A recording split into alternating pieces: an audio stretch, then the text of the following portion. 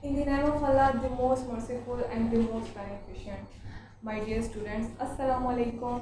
I wish you all are good and Allah Pak always bless you.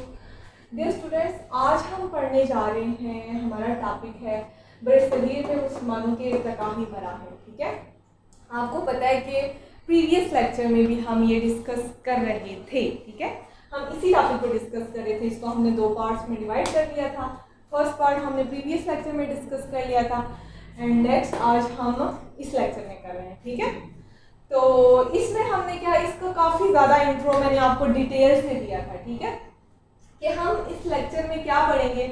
हम इस lecture में बरसगीर में मुसलमानों के इर्तिकाबी मराहिल, मतलब कि बरसगीर में मुसलमान कैसे आए। ठीक है, मतलब स्टार्ट से लेके दोबारा उन्होंने, मतलब मुसलमानों की आज़ादी से लेके ग़ुलामी और ग़ुलामी से दोबारा आज़ादी, मतलब ये पूरा सफ़र उन्होंने कैसे तय किया। ठीक है, इसको हम इस लेक्चर में डिस्कस करेंगे। ठीक है, तो हमने क्या डिस्कस किया था कि आपको पता है कि पहले बरसगीर में क्या था, मुसलमानों की हुकूमत थी। ठीक है, तो मुसलमानों की हुकूमत आई कैसे, ठीक है, वो भी हमने प्रीवियस लेक्चर में डिस्कस किया था। ठीक है, वो इसका कौन सा पॉइंट था, मुस्लिम कौमियत का आगाज़, मतलब कि मुस्लिम कौमियत का आगाज़ कैसे हुआ था बरसगीर में। ठीक है, ये हमने डिस्कस किया था।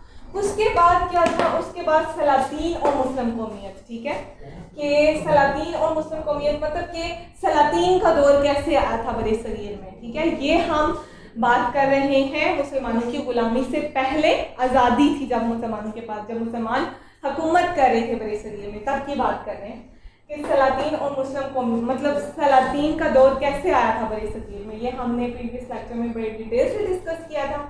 उसके बाद हमने बात की थी किसके बारे में, कश्मीर में मुस्लिम कौमियत के बारे में। ठीक है, कि मतलब कश्मीर में कैसे मुसलमान आए थे। ठीक है, और फिर उसके बाद हमने प्रीवियस लेक्चर में डिस्कस किया था। उसके बाद हमने डिस्कस किया था मुग़ल हुक्मरानों का, मतलब कि सलातीन के बाद मुग़लों की हुकूमत कैसे आई थी बरसगीर में। ठीक है, और आपको पता है कि मुग़लों की हुकूमत के बाद ही ज़वाल आया था। ठीक है, बरसगीर में मुग़लों की हुकूमत के बाद ही मुसलमान क्या हुए थे, गुलाम बने थे। ठीक है, मुग़लों के दौर, मतलब मुग़लों के दौर में ही अंग्रेज़ आए थे बरसगीर में तिजारत करने। ठीक है, तो तिजारत की गर्ज से आए थे और उनने आके क्या किया था, बरसगीर में कब्जा कर लिया था। ठीक है, हुकूमत करना स्टार्ट कर दी थी और मुसलमानों को क्या कर लिया था, गुलाम बना लिया था। ठीक है, यहाँ से मुसलमानों की ग़ुलामी का दौर स्टार्ट हो गया था। ठीक है, इससे पहले मुसलमान क्या कर रहे थे, हुकूमत कर रहे थे बरसगीर में। अब यहाँ से इनकी ग़ुलामी स्टार्ट हुई।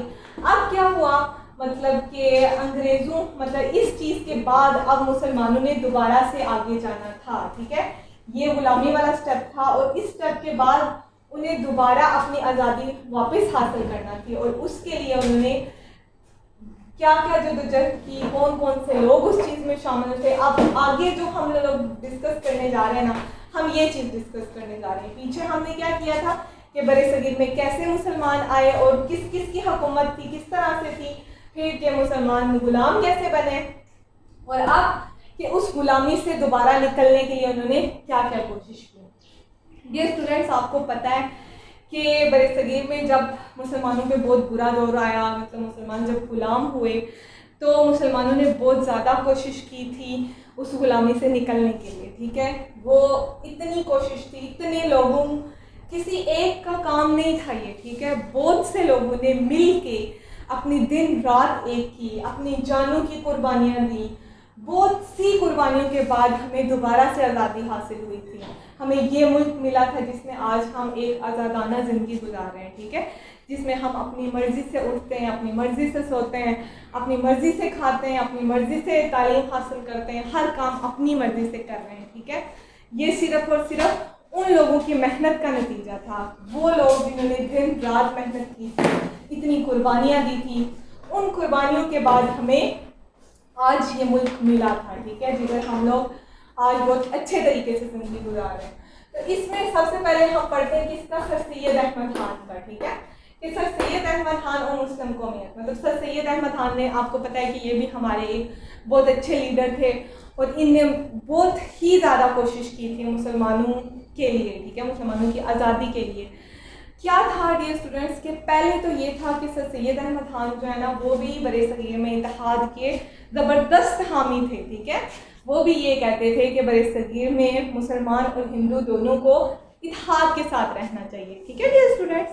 क्या था कि सर सैयद अहमद खान भी पहले ये ही कहते थे कि बरसगीर में हिंदू और मुसलमान दोनों को इकट्ठे इत्तेहाद से रहना चाहिए, ठीक है। लेकिन इनका नज़रिया कब बदला था? 1867 में, ठीक है। 1867 में एक तहरीक चलाई थी हिंदू ने, ठीक है। किसके खिलाफ? उर्दू ज़ुबान के खिलाफ, ठीक है। जो मुसलमानों की ज़ुबान थी उस टाइम में, मुसलमानों की ज़ुबान उर्दू ही थी, और ग़ुलामी से पहले भी जब मुसलमान हुकूमत कर रहे थे तब भी उर्दू ही उनकी ज़ुबान थी, ठीक है। तो इसलिए हिंदू ने इसके खिलाफ एक तहरीक चलाई, ठीक है। वो ये कतई नहीं चाहते थे कि बरसगीर में उर्दू बोली जाए, ठीक है, क्योंकि उस ज़ुबान की वजह से उन्हें वो दौर याद आता था जिस दौर में मुसलमान क्या थे? हुक्मरान थे, और वो ऐसा बिल्कुल नहीं चाहते थे कि मुसलमान दोबारा से आज़ादी हासिल करें, ठीक है। आपको पता है, हम लोग ये चीज़ पहले भी डिस्कस कर चुके हैं कि वो क्या चाहते थे। वो ये चाहते थे कि बरसगीर में अंग्रेज़ों के जाने के बाद हिंदू हुकूमत करें, ठीक है, और मुसलमान हिंदू में दम हो जाए, मतलब अपनी अलग शनाख्त, अपनी पहचान, सब कुछ खो दें, ठीक है। उसके बाद डियर स्टूडेंट्स हम मतलब फिर क्या, फिर सर सैयद अहमद खान ने बहुत ज़्यादा कोशिश की मुसलमानों को, मुसलमान क्योंकि अंग्रेज़ों से बहुत ज़्यादा ही नफ़रत करते थे। जाहिर सी बात है, नफ़रत करने की वजह ये थी कि उनने उनकी हुकूमत छीन ली थी और उन पर तरह तरह के जुल्म करते थे, ज़्यादतियाँ करते थे, और मुसलमानों के दिल में उनके लिए नफ़रत इतनी ज़्यादा हो गई थी कि वो अपने बच्चों को ना तो उनके स्कूलों में भेजते थे, ना ही, जाहिर सी बात है, अब उनके दौर में इंग्लिश सीखना बहुत ज़रूरी हो गया था कि वो ही ज़ुबान बोली जा रही थी, दफ्तरी ज़ुबान भी वो ही थी।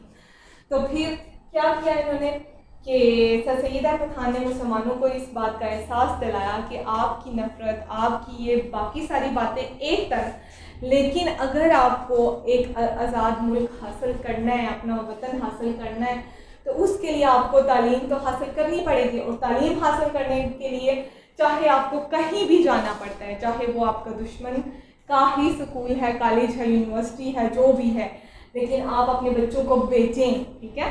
और इनके दौर में फिर बहुत से लोग तालीम की तरफ दोबारा से आए थे, ठीक है। इनसे पहले क्या था कि लोग तालीम से बहुत ज़्यादा दूर हो गए थे सिर्फ अपनी नफ़रत में, लेकिन सर सैयद अहमद खान की वजह से बहुत से लोग वापस तालीम की तरफ आए, और फिर बहुत से फिर कॉलेजेस भी बनाए गए, यूनिवर्सिटीज़ भी कायम की गई, ठीक है। उसके बाद डियर स्टूडेंट्स हम बात करते हैं किसकी? इलामा इकबाल और मुस्लिम कौमियत की, ठीक है। मतलब कि इलामा इकबाल ने किस तरह से क्या क्या काम किए, ठीक है। आपको पता है कि इलामा इकबाल ने भी बहुत ज़्यादा काम किए थे हमारे एक आज़ाद मुल्क के बारे में।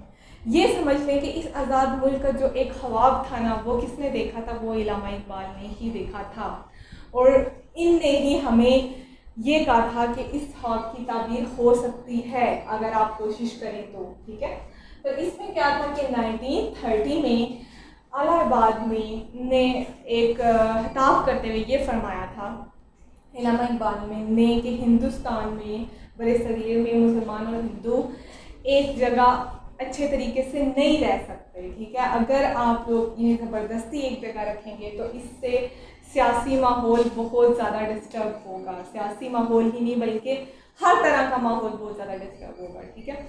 और अगर आप लोग बरसगीर में अमन चाहते हैं हर तरह से, सियासी लिहाज से भी, तो फिर आपको इन दोनों मुल्कों को अलग अलग कर देना चाहिए, ठीक है। फिर उसके बाद डियर स्टूडेंट्स हम बात करते हैं किसकी? हम बात करते हैं चौधरी रहमत अली की, ठीक है। आपको पता है कि हमारे मुल्क का नाम किसने तजवीज़ किया था? चौधरी रहमत अली ने। डियर स्टूडेंट्स, ये आपका MCQs भी आ सकता है, ठीक है, और शार्ट क्वेश्चन भी आ सकता है, ठीक है। तो हमारे मुल्क का नाम किसने तजवीज़ किया था? चौधरी रहमत अली ने, ठीक है। और आपको पता है तब वो स्टूडेंट थे, मतलब एक तालिब इल्म होते हुए उन्होंने इतना बड़ा काम किया था कि एक मुल्क का नाम, मतलब अब हम इसी नाम से इस मुल्क को जानते हैं, और इसका नाम किसने रखा था? चौधरी रहमत अली ने। अब आप देखेंगे पाकिस्तान, ठीक है, किस तरह से उन्होंने डिवाइड किया था, किस तरह से नाम रखा था। पे किसके लिए एब्रीविएशन थी? ये पंजाब के लिए, ठीक है। और अलिफ किसके लिए थी? अलिफ थी अफगानिया के लिए, सुबह यानी सुबह सरहद इसमें आता था। देखिए उन्होंने नाम में ही अपने चारों सूबों को, हर चीज़ को ऐड कर दिया था, ठीक है। उसके बाद पे के बाद अलिफ, पा, किस, काफ, ठीक है। काफ किसके लिए था? कश्मीर के लिए। देखें जब हमने मुल्क का नाम रखा था तो उसमें भी कश्मीर, क्योंकि पाकिस्तान की शारग है, ठीक है, तो कश्मीर का नाम इसमें भी पाकिस्तान के मुल्क में शामिल है, ठीक है। उसके बाद सीन, सीन किसके लिए? ये किस चीज़ की एब्रीविएशन थी? सिंध की, ठीक है। और फिर तान, बलोचिस्तान, ठीक है। देखें अब इसमें हमारे चारों सूबे भी आ रहे हैं और हमारा कश्मीर भी आ रहा है, ठीक है, पाकिस्तान। और उस टाइम उन्होंने एक तालिब इल्म होके कितने अच्छे तरीके से और कितना अच्छा नाम दिया था एक मुल्क को, ठीक है। और उसी नाम से आज तक हम इस मुल्क को जानते हैं और इसी मुल्क में रहते हैं। तो डियर स्टूडेंट्स, आपको पता चल गया है ना कि पाकिस्तान पूरा हर एक चीज़ किस चीज़ की एब्रीविएशन है? पंजाब, सूबा सरहद, कश्मीर, सिंध और बलूचिस्तान, ठीक है। और ये किसने रखा था नाम? चौधरी रहमत अली ने, ठीक है। और फिर चौधरी रहमत अली ने 1933 में एक बुक भी लिखी थी, ठीक है, नो और नेवर, ठीक है। इसमें भी उन्होंने वाज़िया तौर पे ये चीज़ बोली थी कि हिंदुस्तान में मुसलमान और हिंदू एक साथ एक जगह नहीं रह सकते, ठीक है। उसके बाद डियर स्टूडेंट्स हम बात करते हैं किसकी? कायदे आज़म की, ठीक है। तो कायदे आज़म और मुस्लिम कौमियत, आपको पता है कि कायदे आज़म ने बहुत सी कुर्बानियाँ दी, बहुत ज़्यादा कोशिशें की हमें एक आज़ाद मुल्क दिलाने के लिए, हमें ऐसा मुल्क दिलाने के लिए जिसमें हम आज़ादी से रहें, ठीक है, जिसमें हम अपनी मर्ज़ी से ज़िंदगी गुजारें, अपने सबसे बड़ी बात कि अपने मज़हब के मुताबिक ज़िंदगी गुजारें, ठीक है। और इसके लिए कायदे आज़म ने बहुत ज़्यादा कोशिशें की थी, ठीक है। तो आपको पता है कि और कायदे आज़म के साथ बाकी ये जितने लोग थे इन सब ने मिल के कोशिशें की थी, हर किसी की कोशिश। और बहुत से ऐसे लोग हैं, अब हर किसी का नाम तो हमने इधर नहीं लिखा, ठीक है, लेकिन आपको पता है कि बहुत से लोग और भी हैं जो इस चीज़ में शामिल थे, ठीक है, कि हमें एक अलग वतन दिलाने में वो लोग भी शामिल थे। और फिर क्या हुआ था? अब ये क्योंकि हम पूरी एक हिस्ट्री पढ़ रहे थे, ठीक है, पूरा हमने बैकग्राउंड इसका देखा कि बड़े सगीर में किस तरह से मुसलमान आए, फिर क्या मतलब हुकूमत की, फिर गुलामी मतलब गुलाम बने और फिर दोबारा से आज़ादी हुई, ठीक है। तो इसमें क्या हुआ? फिर इस पॉइंट के बाद क्या हुआ? 14 अगस्त 1947 को क्या बना? पाकिस्तान बना, वो पाकिस्तान जिसमें आज हम एक आज़ादी से ज़िंदगी गुजार रहे हैं, ठीक है, अपनी मर्ज़ी के मुताबिक, सबसे बड़ी बात अपने मज़हब के बताए हुए असूलों के मुताबिक ज़िंदगी गुजार रहे हैं, ठीक है, किसी के डर किसी के खौफ के बिना, ठीक है। तो डियर स्टूडेंट्स, ठीक है, फिर इंशाल्लाह हम कल के लेक्चर में दोबारा से मिलेंगे। तो अपना ख्याल रखा करें और दुआओं में याद रखा करें, ठीक है। फिर कल तक के लिए अल्लाह हाफ़िज़।